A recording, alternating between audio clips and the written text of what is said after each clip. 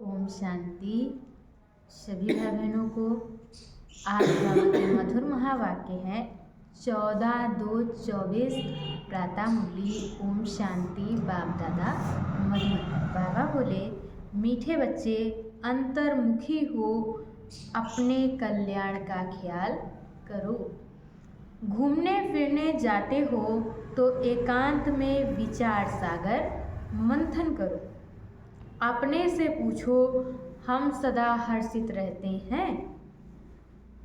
प्रश्न है, रहम दिल बाप के बच्चों को अपने पर कौन सा रहम चाहिए? उत्तर में बाबा ने बताया है, जैसे बाप को रहम पड़ता है कि मेरे बच्चे कांटे से फूल बने। बाप बच्चों को गुलगुल बनाने की कितनी मेहनत करते हैं, तो बच्चों को भी अपने ऊपर तरस आना चाहिए कि हम बाबा को बुलाते हैं, हे पतित पावन आओ फूल बनाओ। अब वह आए हैं तो क्या हम फूल नहीं बनेंगे? रहम पड़े तो देही अभिमानी रहें। बाप जो सुनाते हैं उसको धारण करें। अच्छा, ओम शांति। ये तो बच्चे समझते हैं ये बाप भी है, टीचर भी है, तो सदगुरु भी है। तो बाप बच्चों से पूछते हैं, यहाँ तुम जब आते हो तो इन लक्ष्मी नारायण के और सीढ़ी के चित्र को देखते हो। जब दोनों को देखा जाता है तो एम ऑब्जेक्ट का सारा चक्र बुद्धि में आ जाता है कि हम देवता बनकर फिर ऐसे सीढ़ी उतरते आए हैं। ये ज्ञान तुम बच्चों को ही मिलता है, तुम हो स्टूडेंट। एम ऑब्जेक्ट सामने खड़ा है, कोई भी आए तो उनको समझाओ ये एम ऑब्जेक्ट है। इस पढ़ाई से ये देवी देवता जाकर बनते हैं, फिर 84 जन्म की सीढ़ी उतरते हैं, फिर रिपीट करना है। बहुत इजी नॉलेज है, फिर भी पढ़ते पढ़ते नापास क्यों हो पढ़ते हैं? उस जिस्मानी पढ़ाई से भी ये ईश्वरी पढ़ाई बिल्कुल सहज है। एम ऑब्जेक्ट और 84 जन्मों का चक्र बिल्कुल सामने खड़ा है। यह दोनों चित्र विजिटिंग रूम में भी होने चाहिए। सर्विस करने के लिए सर्विस का हथियार भी चाहिए। सारा ज्ञान इसमें ही है। ये पुरुषार्थ भी हम अभी करते हैं। सतो प्रधान बनने के लिए बहुत मेहनत करनी है। इसमें अंतर्मुखी हो, विचार सागर मंथन करना है। घूमने फिरने जाते हो तो भी बुद्धि में यही होना चाहिए। ये तो बाबा जानते हैं कि नंबरवार हैं। कोई अच्छी तरह समझते हैं तो जरूर पुरुषार्थ करते होंगे अपने कल्याण के लिए। हर एक स्टूडेंट समझते हैं ये अच्छा पढ़ते हैं, खुद नहीं पढ़ते हैं तो अपने को ही घाटा डालते हैं। अपने को तो कुछ लायक बनाना चाहिए। तुम भी स्टूडेंट हो, सो भी बेहद बाप के। ये ब्रह्मा भी पढ़ते हैं, ये लक्ष्मी नारायण है मर्तबा, और सीढ़ी है 84 जन्मों के चक्र की। ये पहले नंबर का जन्म, यह लास्ट नंबर का जन्म। तुम देवता बनते हो, अंदर आने से ही सामने एम ऑब्जेक्ट और सीढ़ी पर समझाओ। रोज आकर इनके सामने बैठो तो स्मृति आए। तुम्हारी बुद्धि में है कि बेहद का बाप हमको समझा रहे हैं। सारे चक्र का ज्ञान तुम्हारी बुद्धि में भी भरपूर है, तो कितना हर्षित रहना चाहिए। अपने से पूछना चाहिए कि हमारी वह अवस्था क्यों नहीं रहती? क्या कारण है जो हर्षित रहने में रोला पड़ता है? जो चित्र बनाते हैं उन्हों की बुद्धि में भी होगा ये हमारा भविष्य पद है। ये हमारी एम ऑब्जेक्ट है और यह 84 का चक्र है। गायन भी है सहज राजी। सो तो बाबा रोज समझाते रहते हैं कि तुम बेहद बाप के बच्चे हो तो स्वर्ग का वर्षा जरूर लेना चाहिए, और सारे चक्र का भी राज समझाया है तो जरूर वह याद करना पड़े, और फिर बातचीत करने के मैनर्स भी अच्छे चाहिए। चलन बहुत अच्छी चाहिए, चलते फिरते काम काज करते। बुद्धि में सिर्फ यही रहे कि हम बेहद के बाप के पास पढ़ने के लिए आए।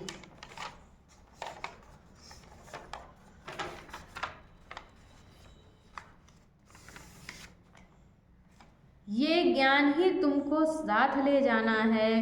पढ़ाई तो सहज है, परंतु अगर पूरी रीति नहीं पढ़ेंगे तो टीचर को जरूर यह ख्याल रहेगा कि अगर क्लास में बहुत डल बच्चे होंगे तो हमारा नाम बदनाम होगा, इजाफा नहीं मिलेगा। गवर्नमेंट कुछ नहीं देगी, ये भी स्कूल है ना, इसमें इजाफा आदि की बात नहीं, फिर भी पुरुषार्थ तो कराया जाता है।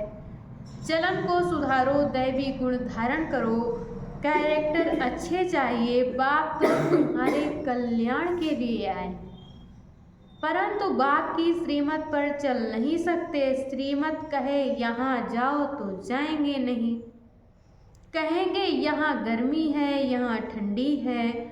बाप को पहचानते नहीं कि कौन हमको कहते हैं।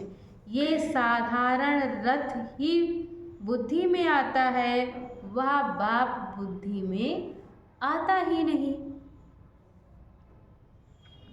बड़े राजाओं का कितना सबको डर रहता है, बड़ी अथॉरिटी होती है। यहाँ तो बाप कहते हैं मैं गरीब निवाज हूँ, मुझे रचता और रचना के आदि मध्य अंत को कोई नहीं जानते हैं। कितने ढेर मनुष्य हैं, कैसी कैसी बातें करते हैं, क्या क्या बोलते हैं, भगवान क्या चीज़ होती है ये भी जानते नहीं हैं। वंडर है ना।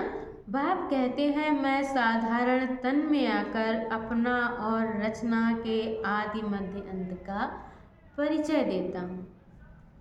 84 की ये सीढ़ी कितनी क्लियर है। बाप कहते हैं मैंने तुमको ये बनाया था, अब फिर बना रहा हूँ। तुम पारस बुद्धि थे, फिर तुमको पत्थर बुद्धि किसने बनाया। आधा कल्प रावण राज्य में तुम गिरते ही आए हो, अब तुमको तमो प्रधान से सतो प्रधान जरूर बनना है। विवेक भी कहता है बाप है ही सत्य, वह जरूर सत्य ही बताएंगे। ये ब्रह्मा भी पढ़ते हैं तो तुम भी पढ़ते हो। ये कहते हैं मैं भी स्टूडेंट हूँ, पढ़ाई पर अटेंशन देता हूँ। एक्यूरेट कर्मातीत अवस्था हो तो अभी बनी नहीं है। ऐसा कौन होगा जो इतना ऊंच पद पाने के लिए पढ़ाई पर ध्यान नहीं देगा। सब कहेंगे ऐसा पद तो जरूर पाना चाहिए, बाप के हम बच्चे हैं तो जरूर मालिक होना चाहिए। बाकी पढ़ाई में उतराई चढ़ाई तो होती ही है। अब तुमको एकदम ज्ञान का तन यानी कि सार मिला है, शुरू में तो पुराना ही ज्ञान था, धीरे धीरे तुम समझते ही आए हो, अभी समझते हो। ज्ञान तो सचमुच अभी हमको मिला है। बाप भी कहते हैं आज मैं तुमको गुहे गुहे बातें सुनाता हूँ, फट से तो कोई जीवन मुक्ति पा नहीं सकता, सारा ज्ञान उठा नहीं सकता। पहले ये सीढ़ी का चित्र थोड़े ही था, अब बाप कहते हैं बरोबर हम ऐसे चक्र लगाते हैं।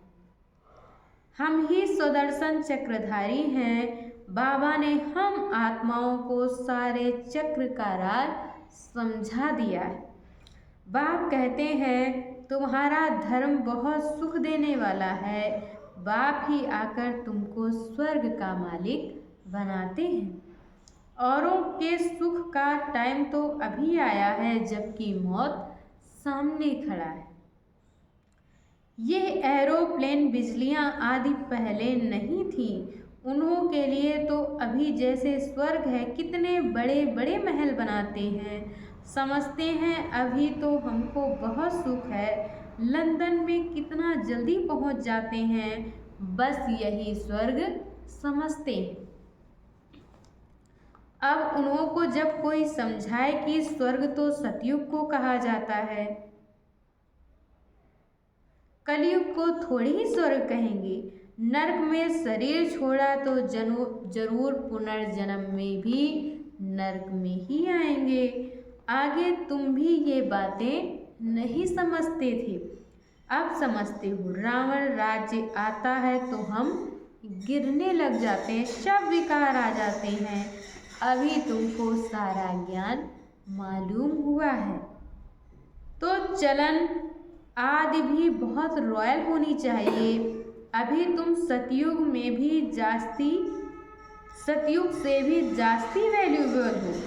बाप जो ज्ञान का सागर है, वह सारा ज्ञान अभी देते हैं, और कोई भी मनुष्य ज्ञान और भक्ति को समझ ना सके, मिक्स कर दिया है। समझते हैं शास्त्र पढ़ना ये ज्ञान है और पूजा करना भक्ति है। तो अब बाप गुलगुल बनाने के लिए कितनी मेहनत करते हैं। बच्चों को भी तरस आना चाहिए कि हम बाबा को बुलाते हैं, पतितों को आकर पावन बनाओ, फूल बनाओ। अब बाप आए हैं तो अपने पर भी रहम करना चाहिए। क्या हम ऐसे फूल नहीं बन सकते? अब तक हम बाबा के दिल तक पर क्यों नहीं चढ़े हैं, अटेंशन नहीं देते? बाप कितना रहम दिल है, बाप को बुलाते ही है, पति दुनिया में आकर पावन बनाओ। तो जैसे बाप को रहम पड़ता है, ऐसे बच्चों को भी रहम पड़ना चाहिए। नहीं तो सतगुरु के निंदक ठहर ना पाए। ये तो किसको स्वप्न में भी नहीं होगा कि सतगुरु कौन। लोग गुरुओं के लिए समझ लेते हैं कि कहाँ श्राप ना दे देवे, कृपा ना हो जाए। बच्चा पैदा हुआ, समझेंगे गुरु की कृपा हुई। ये है अल्पकाल के सुख की बात। बाप कहते हैं बच्चे अपने पर रहम करो, देही अभिमानी बनो। तो धारणा भी होगी सब कुछ आत्मा ही करती है। मैं भी आत्मा को पढ़ाता हूँ, अपने को आत्मा पक्का समझो और बाप को याद करो। बाप को याद नहीं करेंगे तो विकर्म विनाश कैसे होंगे। भक्ति मार्ग में भी याद करते हैं, हे भगवान रहम करो। बाप लिबरेटर भी है तो गाइड भी है, ये भी उनकी गुप्त महिमा है। बाप आकर सब बतलाते हैं कि भक्ति मार्ग में तुम याद करते हो, मैं आऊँगा तो जरूर अपने समय पर। ऐसे जब चाहूँ तब आऊँ ये नहीं, ये जब ड्रामा में नूंद है तब आता हूँ। बाकी ऐसे ख्यालात भी कभी नहीं आते। तुमको पढ़ाने वाला वह बाप है, ये भी उनसे पढ़ते हैं। वह तो कभी भी कोई खता यानी कि भूल नहीं करते, किसको रंज नहीं करते। बाकी सब नंबरवार टीचर हैं। वह सच्चा बाप तुमको सत्य ही सिखलाते हैं। सच्चे के बच्चे भी सच्चे, फिर झूठे के बच्चे बनने से आधा कल्प झूठे बन पड़ते हैं। सच्चे बाप को ही भूल जाते हैं। पहले पहले तो समझाओ कि सतयुगी नई दुनिया है या पुरानी दुनिया है, तो मनुष्य समझें। ये प्रश्न बहुत अच्छा पूछते हैं। इस समय सभी में 5 विकार प्रवेश हैं। वहाँ 5 विकार होते नहीं, ये है तो बहुत सहज बात समझने की। परंतु जो खुद ही नहीं समझते तो वह प्रदर्शनी में क्या समझाएंगे। सर्विस के बदले डिससर्विस करके आएंगे। बाहर में जाकर सर्विस करना मासी का घर नहीं है, बड़ी समझ चाहिए। बाबा हर एक की चलन से समझ जाते हैं। बाप तो बाप है, फिर तो बाप भी कहेंगे यह ड्रामा में था। कोई भी आता है तो ब्रह्मा कुमारी का समझाना ठीक है, नाम भी है ब्रह्म कुमारी ईश्वरी विश्वविद्यालय। नाम वाला भी ब्रह्मा कुमारियों का होना है। इस समय सब 5 विकारों में घिरे हुए हैं, उन्हों को जाकर समझाना कितना मुश्किल होता है। कुछ भी समझते नहीं हैं, सिर्फ इतना कहेंगे कि ज्ञान तो बहुत अच्छा है, खुद समझते नहीं। विघ्न के पीछे विघ्न पड़ता रहता है, फिर युक्तियाँ भी रचनी पड़ती हैं। पुलिस का पहरा रखो, चित्र इंश्योर कर दो, यह यज्ञ है, इसमें विघ्न जरूर पड़ेंगे।